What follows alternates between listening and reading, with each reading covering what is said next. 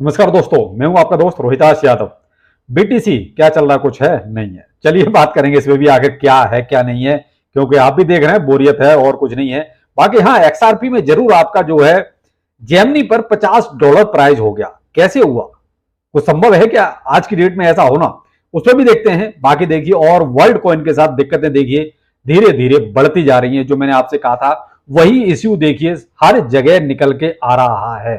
तो world coin की देखिए इतनी आसानी से दिक्कतें खत्म होने वाली नहीं है। बोन क्या हो रहा है और आपका यूएफओ गेमिंग, चलिए इसके बारे में थोड़ा सा देखेंगे, क्योंकि लोग कई सारे कमेंट कर रहे हैं सर यूएफओ गेमिंग में आखिर क्या हुआ, ये कभी कुछ चलेगा या नहीं चलेगा। चलो वन बाय वन सबको देखते हैं। पहले लेते हैं हम जो है बीटीसी को, आखिर चल क्या रहा है। देखिए बीटीसी आपका वही आपका 29,300, 200, 250, 400, बस इसी के आसपास घूम रहा है। इससे ऊपर नहीं, इससे नीचे नहीं। कहीं ना कहीं ये हो सकता है, देखिए आगे आपका वीकेंड शुरू होने वाला है तो मे भी थोड़ा बहुत ये रहेगा ऐसा इंपैक्ट। और बाकी तो देखिए इसमें जब तक एक वो जो न्यूज कंफर्म होनी है ईटीएफ वाली, अगर वो कंफर्म हो जाती है तो देखिए कहीं ना कहीं एक बहुत अच्छा रिजल्ट आपको देखने को मिल सकता है।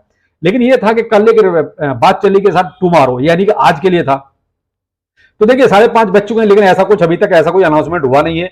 लेकिन अब ये बात निकल के आ रही है कि शायद 13 तारीख को क्या है कि देखिए जब तक कोई ऐसा कंफर्मेशन इसका नहीं आएगा तब तक ये मार्केट आपका ये साइड में मूवमेंट ही आपको देखने को मिलेगा। कोई बहुत ज्यादा आपको अप एंड डाउन देखने को नहीं मिल रहा है। हाँ, मिडनाइट में कुछ थोड़ा बहुत वो कहते हैं ना कि वेल्स या एक्सचेंज कुछ कमाने के लिए ऊपर नीचे कर दे तो एक अलग बात है।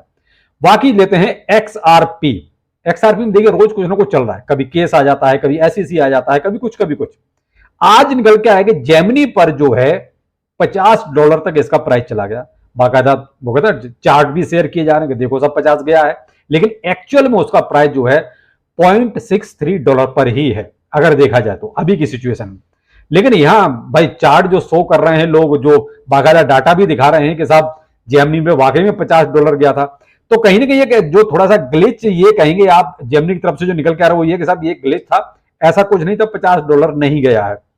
लेकिन अब ऐसा कोई भी निकल के बंदा नहीं आया सामने जिसने ये कहा कि हाँ जेमिनी पर $50 गया और मैंने उसको विदड्रॉ किया।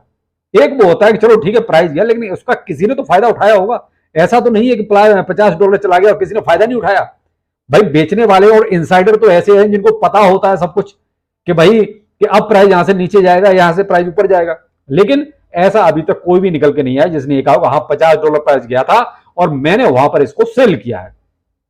तो भाई हम तो यही मान सकते हैं कि ये जेमिनी पर एक ग्लिच था जिसकी वजह से आपको ये $50 शो हुआ। लेकिन मेरी नॉलेज में तो देखिए ये कि अभी जो इसका प्राइस है वो 6-3 की सीरीज में ही चल रहा है, इससे ऊपर नहीं है। लेकिन हाँ ये थोड़ा सा अभी लॉ सूट का थोड़ा सा इसका रहता है, तो इसकी वजह से इसमें ये थोड़े से अप एंड डाउन चलते रहते हैं। लेकिन वर्ल्ड कॉइन यानी कि WLD, इसकी धीरे धीरे समस्याएं बढ़ रही हैं। एक कंट्री ने पहले इस पर छानबीन कर रखी है, रोक भी लगा दी है। अपने यहाँ इंडिया से भी बहुत सारे इसके जो आउटलेट्स थे जो आई बॉल को स्कैन कर रहे थे वो भी बहुत सारे लगभग मोस्टली बंद हो चुके हैं। और अब अर्जेंटीना से निकल के आ रही बात कि साहब अर्जेंटीना भी इन पर जो है एक तरह से इन्वेस्टिगेशन शुरू कर दिया है कि साहब आपने ये सब जो आई बॉल स्कैन करना शुरू किया, क्या कोई आपके पास परमिशन है इस तरह की?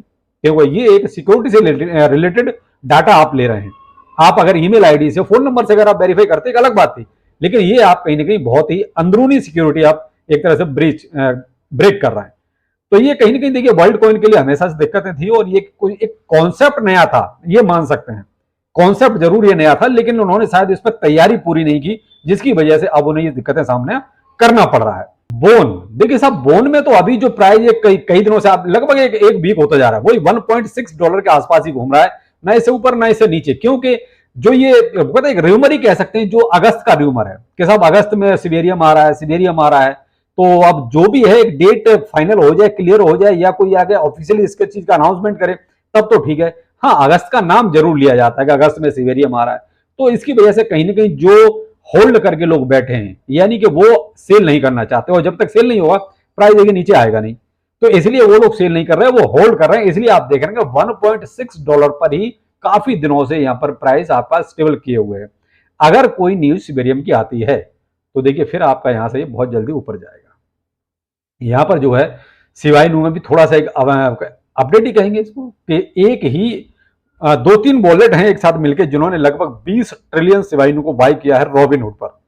तो कहीं ना कहीं ये क्या है कि थोड़ा सा देखा जाए तो भाई इंटरनल कुछ हो सकता है। मैं एक दूसरे को जोड़ के देख रहा हूं कि देखिए बोन का प्राइस गिर नहीं रहा है ज्यादा, क्योंकि वो $1.6 पर ही टिका हुआ है और लगभग एक वीक के आसपास हो गया।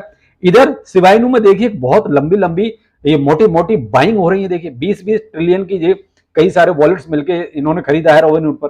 तो क्या है, अगर इन दोनों को जोड़ के देखें तो कहीं ये लगता है कि शायद इनसाइडर्स की कोई न्यूज हो सकती है इनके पास कि अगस्त में शायद कुछ सिवेरियम से लेके पॉजिटिव निकले। अगर ऐसा कुछ निकलता है तो भाई मैं तो ये कहूंगा बोन में तो होल्डिंग आप रखिए, बोन में कोई टेंशन नहीं है।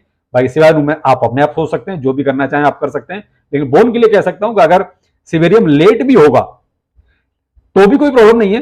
सिवेरियम की केवल क्यों न्यूज आती रहे, चाहे वो फेक न्यूज आए या ओरिजिनल न्यूज आए। देखिए मैं ये नहीं कहता कि फेक आए, लेकिन फिर भी मैं कहता हूं अगर सिवेरियम से रिलेटेड कोई भी कमेंट या ट्वीट आएगा तो भी आपका बोन पर उसका इंपैक्ट आपको जरूर दिखाई देगा।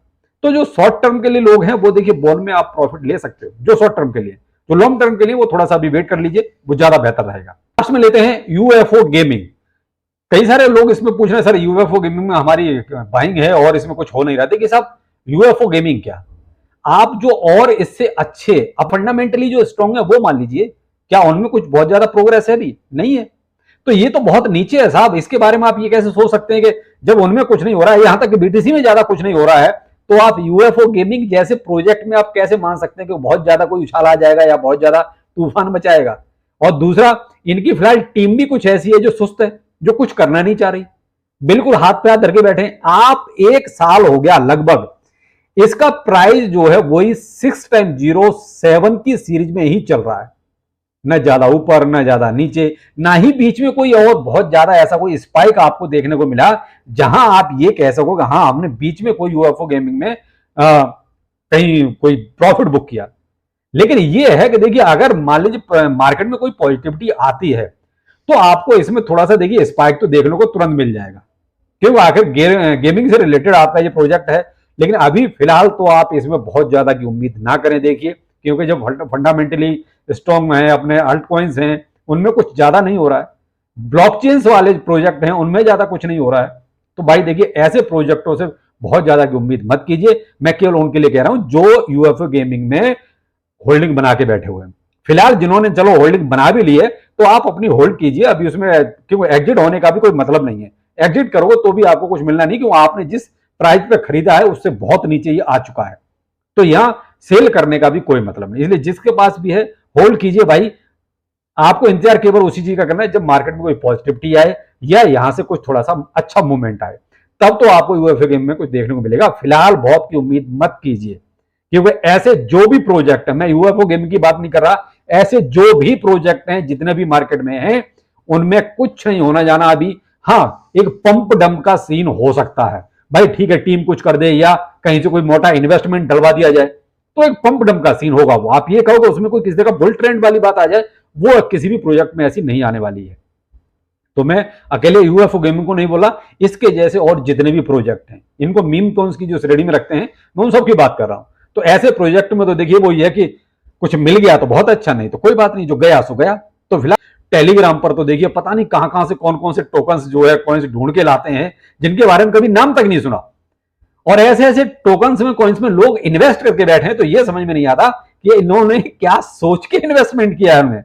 अब उन लोगों को आप कितना समझाओगे, नहीं समझाया जा सकता साहब। आप देखिए बहुत शॉर्ट टर्म में करोड़पति होने आए हैं, तो देखिए वो सपने इतनी आसानी से जल्दी पूरे नहीं होते हैं।